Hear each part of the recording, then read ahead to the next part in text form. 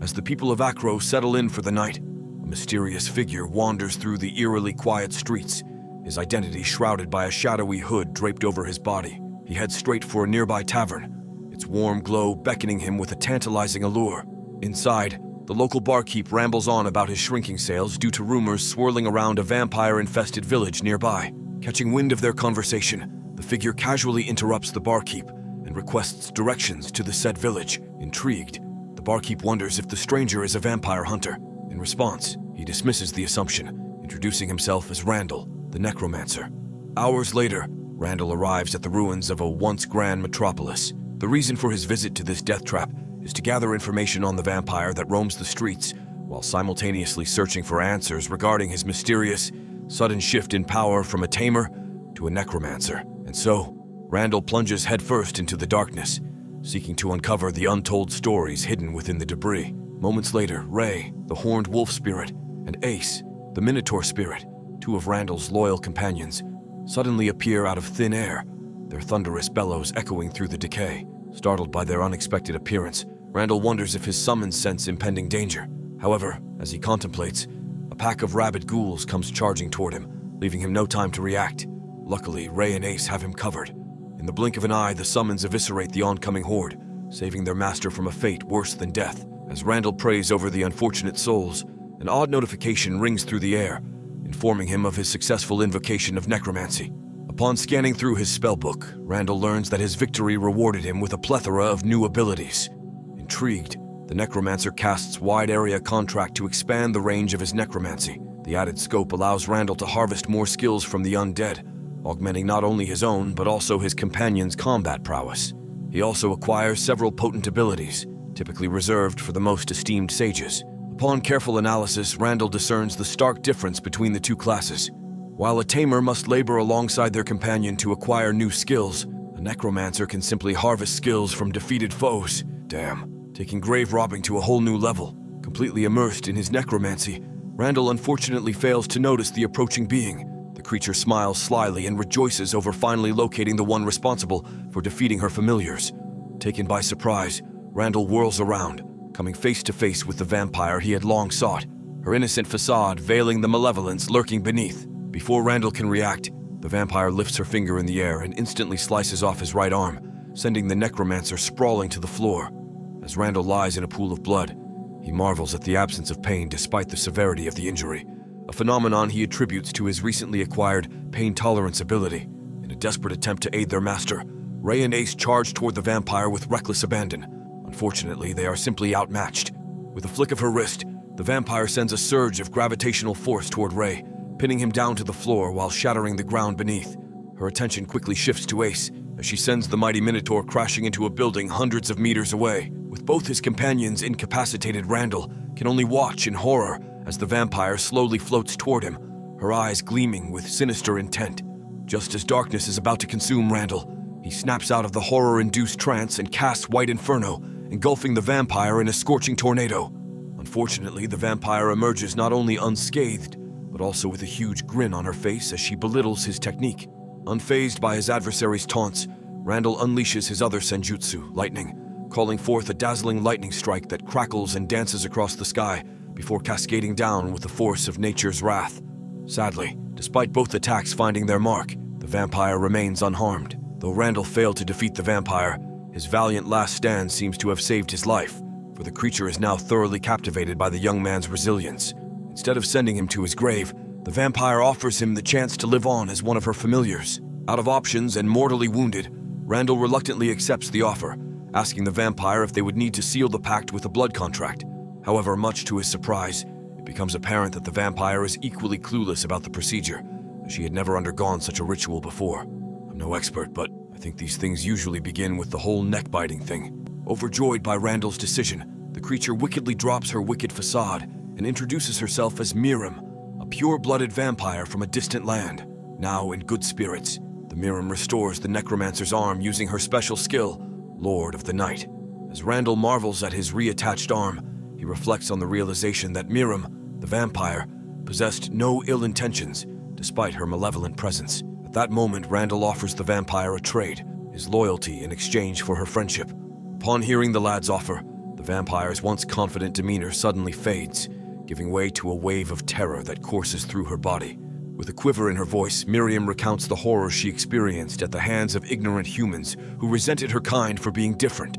Consequently, Miriam grew up believing that vampires and humans can never coexist due to their misplaced hate for one another. Despite the vampire's apprehensions, Randall continues to push his agenda, vowing to right the wrongs of the past. Moved by his sincerity, Miriam accepts the offer, joining the lad and his summons on their grand adventure. Moments later, the newly formed party discusses their plans amidst the ruins of a grand mansion. As Miriam cuddles with Ray, she informs Randall of her decision not to transform him into a familiar for the time being. Considering their newly initiated partnership, she deems it wise to commence with something less binding, since breaking a familiar contract would result in certain death. Randall happily agrees, quietly wondering if he sought more than her mere companionship. Vampire waifu, sign me up! With the details of their pact ironed out, the party departs for the Adventurers Guild to register Miriam as an adventurer. Despite her initial trepidations, Miriam appears at ease with visiting a heavily populated location. For now, she has Randall by her side. Hours after departing from the vampire village, the group finds themselves caught in the middle of a ferocious storm. Seeking shelter from the winds, they head to a nearby inn to hunker down for the night. After settling in, Randall and Miriam decide to officially begin their partnership by completing the necromancy contract. Randall initiates the binding, creating a vortex of energy that envelops both adventurers. As the whirlwind slowly dissipates, a prompt informs them of the success of the operation. Upon looking through his spellbook, Randall is surprised to learn that his contract with Miriam granted both parties the ability to share their skills. Even Miriam, who had lived 1,000 lifetimes, had never heard of such a power. In fact, now that she thinks of it, she had never actually encountered a necromancer before. Lost in a sea of his own thoughts, Randall reluctantly reveals his past as a good-for-nothing tamer who is often referred to as the party's luggage. Years ago, Randall began his adventure with a party of S-class adventurers headed by his longtime friend Fado. Unfortunately, his lack of skills soon proved to be a liability, making it difficult for them to complete even the most basic quests. One night, emotions finally boiled over as the party's head knight Loig flew into a hateful tirade. He chastised the rest of the group for putting up with Randall's incompetence solely because of his association with their leader. However, Quella, the head priest, and Mael, the magician, stick up for the lad, asserting that he helps the group in his own special way. As the scene unfolds, Randall, who had not been invited to the meeting, is listening intently from the nearby kennel. While cuddling Ray in his arms, he heard how Fado valiantly defended him from Loig's harsh words, causing the knight to stomp off in frustration. As he heads to his room, Loig slams on the kennel walls, warning Randall of the consequences that would follow if Ray were to once again wake him with his barking. Staring into his furry companion's soulful eyes, Randall wonders how everything got so out of hand. Regardless of Loig's claims, he firmly believed in his efforts despite the lack of opportunities. See, as a tamer, Randall's chances at combat were far between, leading to a massive experience gap between him and his fellow adventurers. Consequently, his skills never truly developed, resulting in the apparent shortcomings he faced. Thankfully, Randall has Ray by his side to help him through the tough times. Guess you could say the wolf is a ray of light in the darkness. With another day of adventure awaiting them, the pair settled in for the night, finding solace in each other's warmth. The next day, the party headed out to conquer a god-slaying dungeon, an unexplored area filled with secrets to be discovered. As they made their way toward the location, Randall once again drew Loig's ire for his inability to keep up with their frantic pace. This time, unfortunately, Fado agreed with the knight, angrily ordering Randall to speed things up. Eventually, the party found themselves before the god-slaying dungeon, a massive mansion-like structure that exuded an aura of evil foreboding. Without hesitation, the rest of the group charged in, leaving Randall in the dust. Struggling desperately to keep pace, he mused over the realization that this would mark his final mission with the party. With nothing left to lose, Randall steadied his resolve, vowing to do everything in his power to help his group one last time. Moments later, the adventurers found themselves surrounded by a horde of nightmarish creatures. While the rest of the group fought off the monsters, Randall was tasked with calling out the locations of their foes. Sadly, his inability to complete such a simple task once again made him the target of Loig's hateful words. With things going south in a hurry, the group opts to retreat to a less populated location. As they try to make their escape, several monsters suddenly emerged from the shadows, trapping them within the dungeon. Like a cornered beast, the group fights ferociously to stave off their attackers. Amidst the chaos, Quella accidentally touched the poison-laden dungeon wall, forcing Mail to come rushing to her aid. Unfortunately, Quella's misfortunes are once again pinned on Randall, for as a tamer, he was tasked with sniffing out any hidden dangers. After miraculously surviving the assault, the group recuperates in a large maze of hallways. As they rest their weary bones, Feydeau suggests that they change their formation, opting to put Loig and May in the front lines while he focuses on protecting Quella. Rested and reformed, the party continues their journey, delving deeper into the dungeon. Their eagerness leads them straight to the floor boss. However, instead of a lone minotaur, they find themselves face to face with 5 of the terrifying beasts. With no chance of victory, the party is once again forced to retreat. As they retrace their steps, the massive minotaurs gave chase, laying waste to anything that stood in their way. Randall, who carried with him the party's luggage, struggled mightily to keep up with the rest of the group.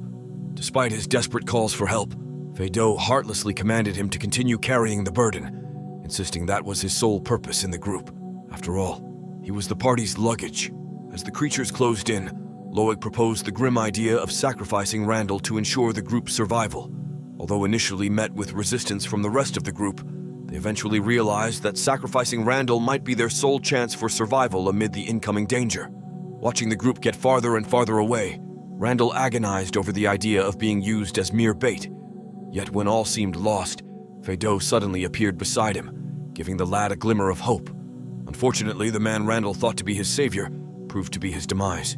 With a cold and detached tone, Feydeau revealed his intention to kick Randall out of the party after this mission. Considering they were going to release him regardless, he might as well be of some use to them now. Feydeau's once calm demeanor suddenly turned manic as he drew his blade. Before Randall could react, Feydeau thrust the sword's scabbard into his chest, knocking the wind out of his sails. As he struggled for air, Roland watched in stunned disbelief as Feydeau, his longtime friend, reveled in his suffering. With a look of utter disdain, Feydeau urged Randall to not hold the betrayal against him, for he was in fact doing the poor lad a favor by granting him a hero's death. With that, the adventurer departed, leaving Randall at the mercy of the Minotaurs. As the beast drew ever closer, a defeated Randall finally accepted his fate. In his final moments, he anguished over being abandoned by those he held dear, for all the hard work and sacrifice he put in seemed meaningless in the face of death. Thankfully, despite being discarded by his party, Randall was not alone.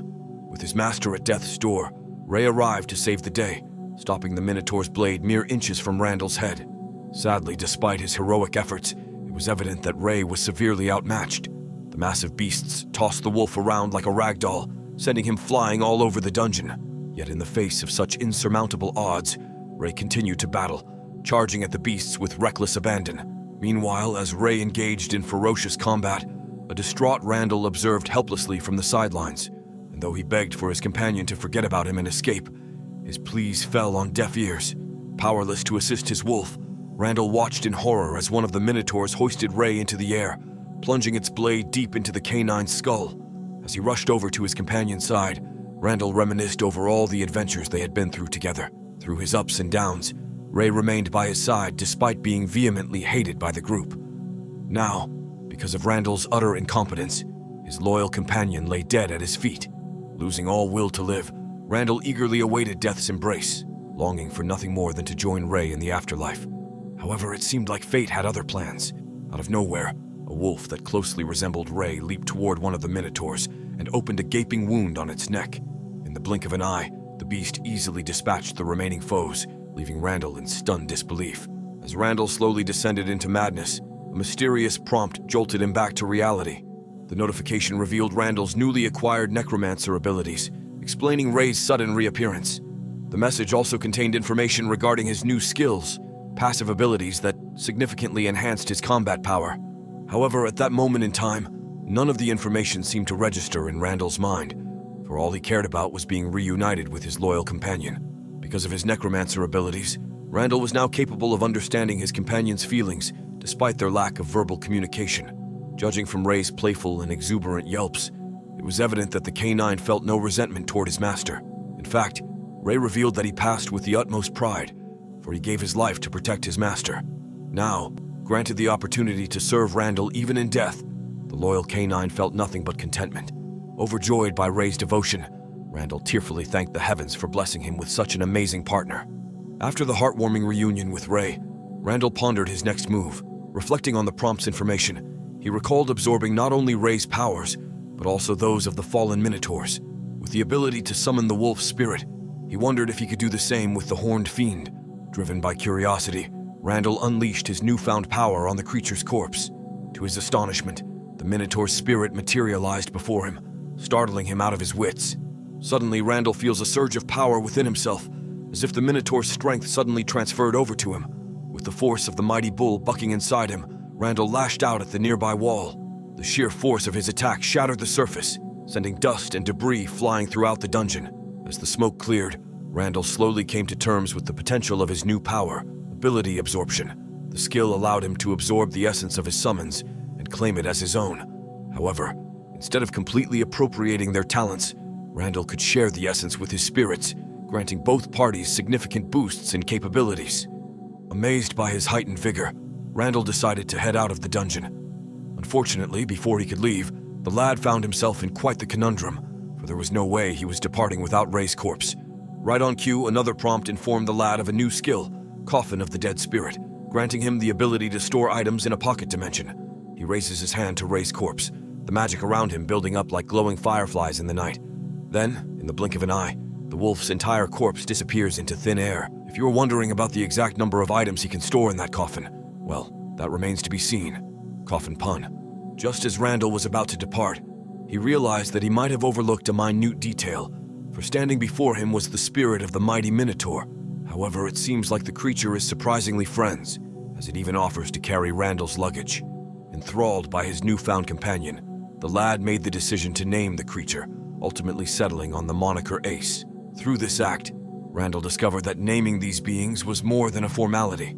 It unlocked their true abilities, activating powers dormant until they received a name.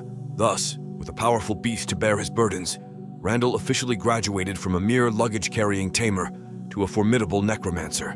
Enamored by the sudden change in fortune, Randall marveled at the array of opportunities before him. Would he assemble a new party to conquer the dungeon once more? Or perhaps he'd embrace the life of a wandering hero? Whatever path he followed, one thing remained certain. This time, Randall was determined to live life without regret. While Randall celebrated his second lease on life, the rest of the party faced the horrors of the dungeon head-on. Unfortunately, without Randall to watch their backs, the adventurers soon found themselves in disarray, causing tempers to flare and insults to fly. The incessant quarreling within the group, coupled with the weight of betraying his childhood friend, pushed Fado beyond his limits, driving him to spiral into a frenzied outburst. Ever since they were little, Fado idolized Randall, and for good reason. The lad was a once-in-a-lifetime prodigy who was surely destined for greatness. Regardless of their difference in skill, Randall was always there to lend him a helping hand, guiding Fado through the adventurer's path. However, despite the lad's kindness, Fado harbored nothing but jealousy in his heart, knowing he could never surpass his old friend. It was this envy that drove him to force Randall into the role of luggage handler in hopes that it would stunt his growth. Though he finally managed to remove Randall from the equation, Fado realized that even in death, the lad continued to impede his path to greatness. Enraged by the haunting presence of his old friend, Fado unleashed a frenzy of attacks, each strike fueled by his furious bellows, calling out the necromancer's name. As Fado grappled with his inner demons, Randall gawked at the mountain of treasure before him, a reward for defeating the dungeon boss. In addition to the treasure-filled chest, each member of the party received a unique reward tailor-made for their class. Randall's came in the form of a mystical cloak, a garment enabling him to render his spirits visible or invisible at will. Oh, so like a reverse Harry Potter? Gazing at the remaining trinkets, Randall can't help but feel a tinge of anger as he remembers the faces of those who left him for dead. Yet, their betrayal, once a bitter wound, no longer bothered him, for it was because of their treachery that he received his second lease on life. With an unburdened heart, Randall departed the dungeon, returning to the city to face the traitors. Hours later, Randall arrived at the Adventurers Guild with Ray by his side. As he walks through the hallowed hall, his commanding demeanor elicits a chorus of intrigued whispers from the onlookers. While engaged in conversation with Nina, the guild receptionist, the long-awaited moment finally unfolded as Fado suddenly called out to him. Confused and terrified, Fado couldn't help but wonder how such a weakling managed to make it out of the dungeon all alone. In response, Randall revealed that his survival was all thanks to Ray's noble sacrifice. Glaring at the group, he informed them of his decision to leave the party and report their actions to the guild. As Randall turned his back on his old friends, an irate Loig grabbed his wrist, angered by his disrespectful tone. Immediately, the knight noticed something different about his foe, for the once feeble Tamer now stood firm as an immovable object, seeming like he bore the power of the Minotaur itself. In one swift motion, he broke free of Loic's grip, knocking the arrogant knight to the ground. However, his adversary was swift to retaliate, jumping to his feet and landing a powerful blow that dropped Randall. As the Tamer recovered from the attack, Loig, seething with anger, unleashed a tirade upon the lad, berating the lad for failing to fulfill his duties, which led to Quella's injury during their adventure. Seeing her heavily bandaged arm, Randall handed the healer her hazard pay in the form of a magnificent robe, her special reward from the boss. While Quell admired the powerful artifact, Loig, driven by his insatiable greed, demanded that Randall hand over the rest of the rewards. Continuing his heated tirade, Loig pins the group's close brush with death on the lad, adamant that he should receive no reward for endangering the group. Consumed by his unbridled fury, the knight remained unaware that he was slowly being lifted into the air.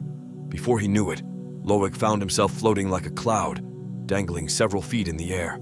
As the terrified knight searched for the source of his upheaval, Randall uncloaked Ace with a snap of his fingers, revealing the terrifying spirit to the world.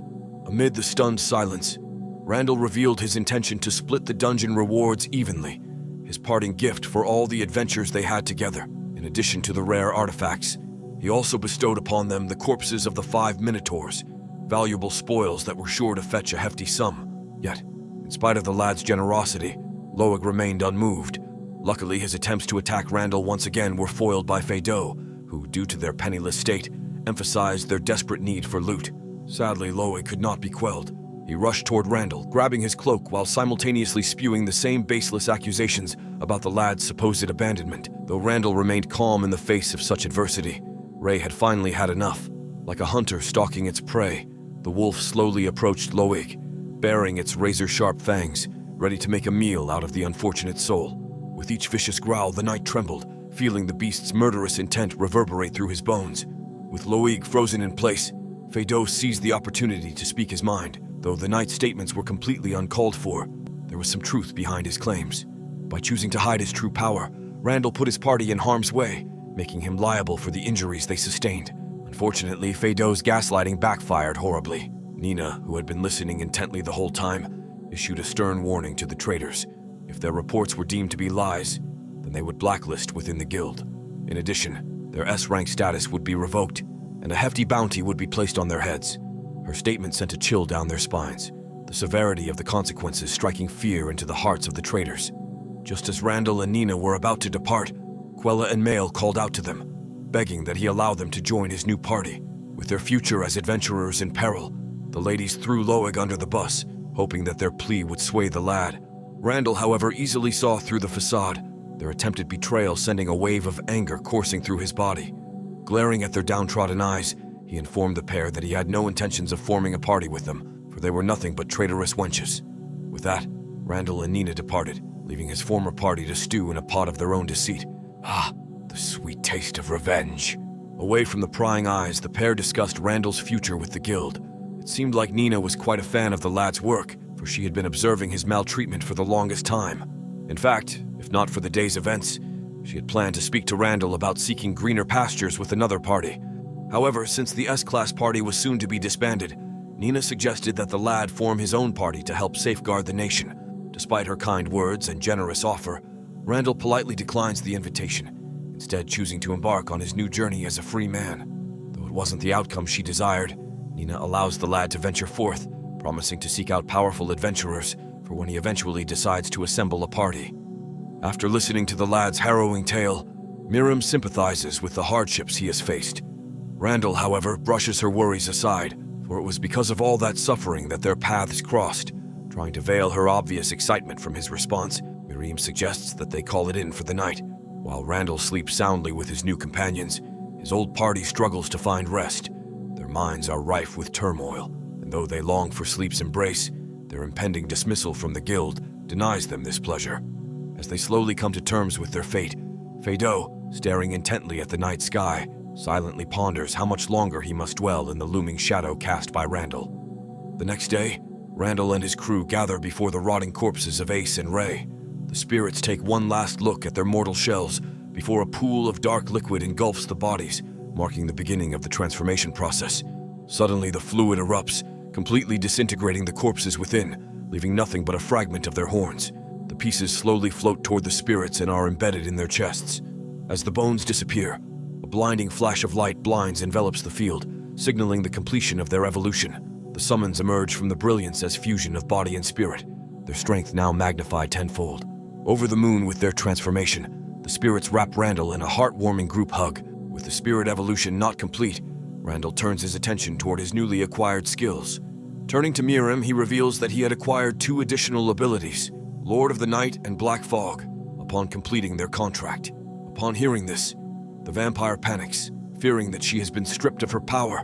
However, a wave of relief washes over Miriam as she realizes, thanks to Randall's ability to share skills, that she retained her magic. Breathing a sigh of relief, Miriam explains that the skills he learned are known as Nightfall magic, a mystical art used by those that control death itself. Black Fog is a vampire's strongest defensive technique, as it turns the user into the dark mist, making them completely invulnerable to any type of physical attack. However, since its magic consumption rate is through the roof, using the ability consecutively is close to impossible. While Black Fog serves as ultimate defense, Lord of the Night is the source of all their dark power, for it allows a vampire to create a familiar, crucial life force in Nightfall magic. These familiars act as sustenance, granting vampires the capacity to perform godly feats, such as restoring a severed arm. Miriam notes the striking similarity between herself and Randall, for both their powers rely heavily on the manipulation of death. In addition to Lord of the Night and Black Fog, Miriam gives the lad another powerful skill, Nightfall Coffin. It functions similarly to Coffin of the Dead Spirit. However, instead of just storing corpses, the user can now store anything they want. Intrigued, Randall tests out his new ability, instantly absorbing all the baggage Ace once lugged around. With his brief introduction to Vampire 101 complete, Randall decides to continue their journey back to the Guildhall. Before their departure, he observes that despite the well-known aversion vampires have toward the sun, Miriam appears unaffected by its rays. Annoyed by the lad's underestimation, she states that her status as a vampire lord grants her immunity against the weaknesses of lesser vampires. In fact, she is powerful enough to survive being stabbed in the heart, the most common cause of death among her kind. Damn, Dracula should have taken a page out of her book. As the vampire marvels at her near invincibility, Randall stares at wings that suddenly sprouted on the vampire's back, granting her the ability to float around like a butterfly. Turning toward the lad, Miriam suddenly finds herself at a loss for words, stunned by the sight of the necromancer sporting his own set of vampiric wings. 3 days after the events at the vampire village, Randall and his companions finally reach the Guildhall. Before stepping into the establishment, the lad expresses concern over Miriam's entrance due to the strained relationship between humans and vampires. In response, she urges Randall to dismiss his worries, for there isn't a human within the building strong enough to even threaten her. Upon entering, the peculiar party is greeted by a sea of murmurs as onlookers exchange stories of Randall's past exploits. They eventually make their way to the reception area, where Nina greets them with a warm smile. At first glance, Miriam is instantly captivated by the adventurer's allure, leading the vampire to gently caress her chin while whispering words of endearment. No, no, no. It should have been me, not him. However, before things can escalate any further, Randall interrupts the entanglement, fearing the consequences of Miriam blowing her cover. Disaster averted, Nina proceeds to usher Miriam into the guild by assessing her rank through a registration test. In addition, she requests that Randall also undergo the exam, for his power has grown leaps and bounds since their last encounter. Both adventurers happily oblige, making their way to the testing grounds. Moments later, they find themselves in a large arena with a mysterious floating orb at the center. Since Randall's partner is unfortunately running late, Nina decides to have Miriam proceed first. Their task is simple. They just need to attack the floating orb with all their might. Their final rank will depend on the sphere's reaction to their attack. Looking to keep a low profile, Miriam deems it best to conceal dark powers, instead opting to attack with a knife. With all preparations complete, the vampire takes her place in front of the target, clasping her family heirloom tightly. Without warning, Miriam rockets forward with an incredible burst of speed, slicing the orb with a mere fraction of her power. Unfortunately, despite her best attempt to feign weakness, the sphere shatters into a million pieces, eliciting a deafening cheer from the crowd. To avoid any suspicion, Randall quickly intervenes, suggesting that the target must have been weathered for it to fracture in such a way. Though his explanation convinces most of the spectators, there is one who remains skeptical. Across the arena stands luminous Rivist, renowned as the youngest S-rank adventurer in history and wielder of the Holy Sword, ready to face Randall in a battle between the forces of light and darkness. Why does Randall seem like the villain here? After limbering up, Luminous heads toward Randall to begin their battle. As soon as she picks up her blade, a terrifying aura envelops the field, leaving the lad frozen in terror. Despite the fear coursing through his veins, Randall opts to strike first, sending Ace and Ray charging toward the warrior. Luminous meets the spirits head-on, eager to test the mettle of a necromancer. The summons work in perfect harmony, attacking the warrior from all angles, forcing her to go on the defensive. After blocking several Herculean blows, Luminous marvels at their immense strength, realizing they are far more than mere beasts. With his opponent on the back foot, a flicker of confidence suddenly ignites within Randall. Sadly, the flame is soon put out when Luminous suddenly appears behind him, her blade primed to strike the lad down. Before she unleashes her attack, the warrior scolds Randall for having his spirits do the dirty work while he watches safely from a distance. With her blade mere inches from his neck, the necromancer instantly transforms into a dark mist, narrowly avoiding her attack. Unfortunately, the lad finds no respite as Luminous swiftly reappears behind him the moment he materializes. Unable to use Black Fog, Randall is left with no option but to absorb the oncoming blow. When the dust settles, Luminous is greeted by an astonishing sight. Not only did Randall survive her attack, but he managed to block the strike with his limbs, opening a gaping wound on his forearm. Impressed by the lad's unwavering resolve, Luminous ends the battle, granting him the right to bear the S-rank title. As the crowd celebrates his promotion, Randall expresses his dissatisfaction over his seemingly unearned win. In response, Luminous assures him that although he is no match for her now, she is confident that he will one day emerge victorious. However, it was not only Luminous who was impressed by his valiant effort. Nina also found herself completely captivated. With a look of utmost sincerity, she conveys her joy at witnessing Randall's remarkable progress, causing the lad's heart to suddenly skip a beat. Wait, a furry waifu and vampire waifu? You lucky son of a gun. With the battle concluded, Luminous thanks Randall for the brilliant display, vowing to someday grant him a rematch. Before she departs, the warrior orders the lad to keep the flames of ambition burning, so he may one day surpass her. As Luminous disappears into the majestic skyline, Miriam hurries to Randall's side to treat his wounded arms. Unfortunately, in her rush to stem the bleeding, the vampire accidentally unleashes her nightfall magic, causing her wings to suddenly sprout. Luckily, before the onlookers catch wind of the dark magic, Nina intervenes, hastily dragging both Randall and Miriam back to the guild hall. Once inside, she scolds the pair for concealing Miriam's true nature from her during their initial encounter. Randall, however, quickly stepped in to defend the vampire, assuring Nina that she meant them no harm. Looking to avoid any further conflict, a downtrodden Miriam suddenly declares her intention to leave.